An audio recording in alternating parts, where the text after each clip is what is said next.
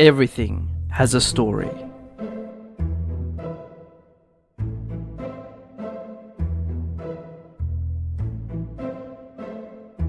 Now, if everything has a story, guess what?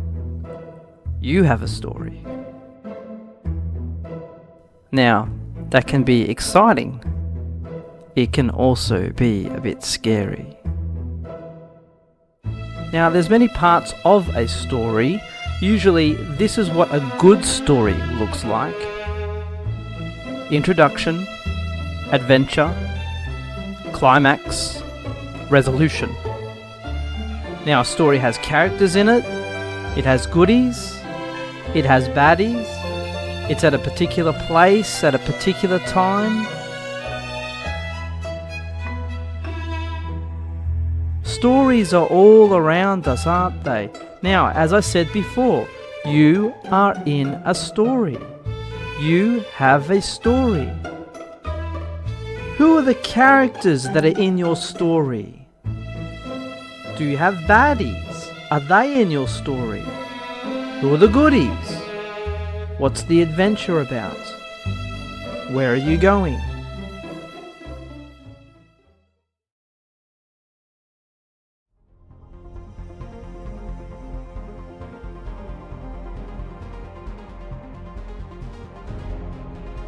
It's hard to know what your story's about.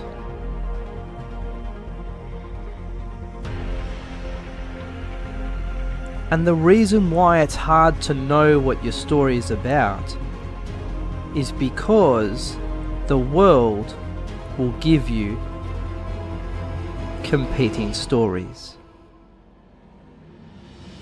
The evolving story.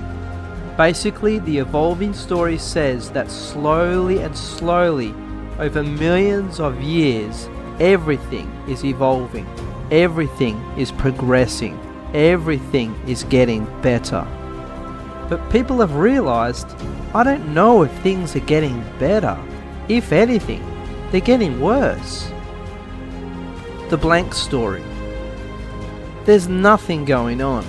There's no purpose, there's no meaning in life, there's no evolving, there's no progressing. Things just happen, and we just have to realize that. The recurring story.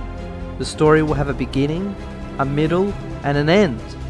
And then it goes back to the beginning again. It recurs, it continues, it's on this cycle.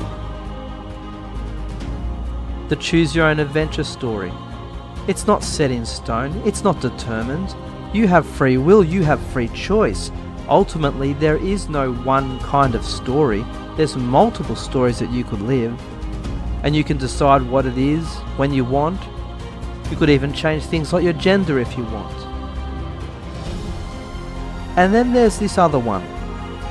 And I think this is the one that gets closest to what our story is about.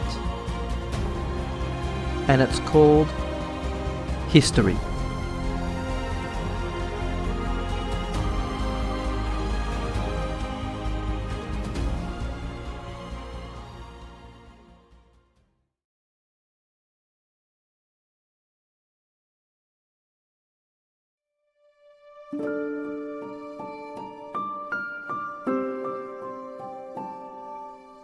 History.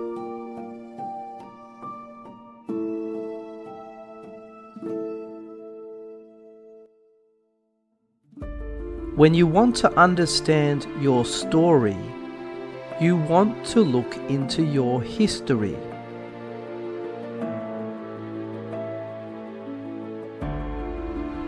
What happens if we kept going back?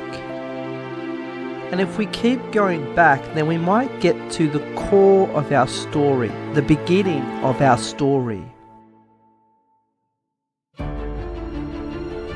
If you want to understand you actually need to understand someone else. And you're part of this bigger story, his story.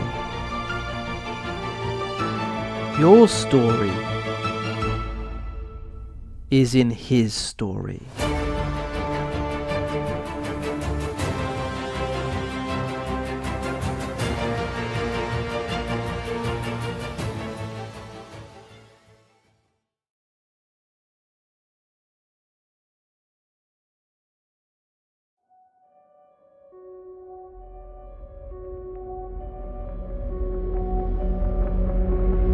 when you hold up this old book called the Bible, isn't it strange that your story is found in this?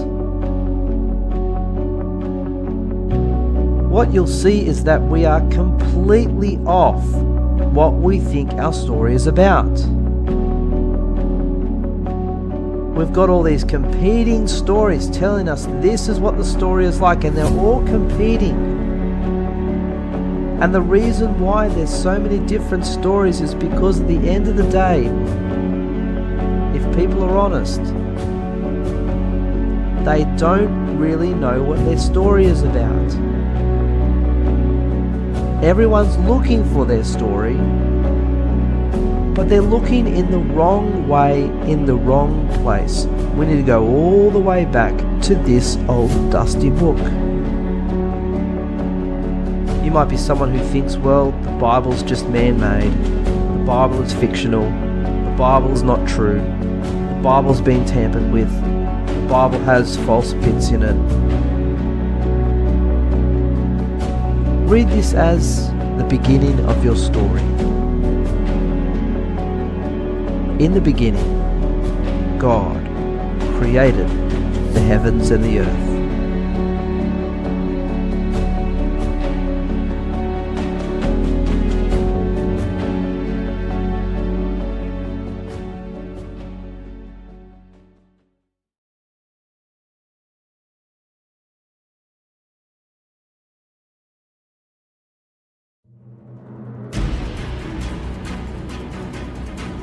What are the big blocks of your story? It's not the person that you married. It's not the dog that you have. It's not the house that you bought.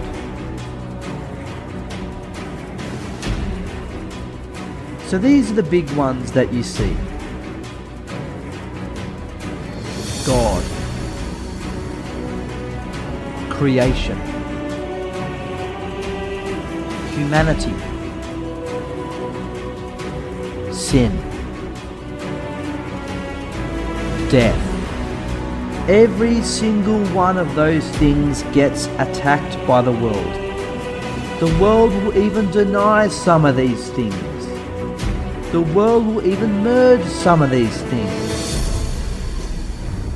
We think the story is this particular way, and you'll realize my story is not about me, it's about Him.